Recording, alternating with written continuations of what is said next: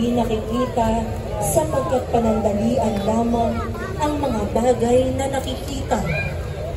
Ngunit walang hanggan ang mga bagay na di nakikita. Talos natin na kapag nasira ang toldang tinatahan natin ngayon, ang ating katawang lupa, tayo'y may tahanan sa langit, hindi nasisira. Isang tahanang ginawa ng Diyos, hindi ng tao. Ang salita ng Diyos. Salamat sa Diyos. Tumayo na po ang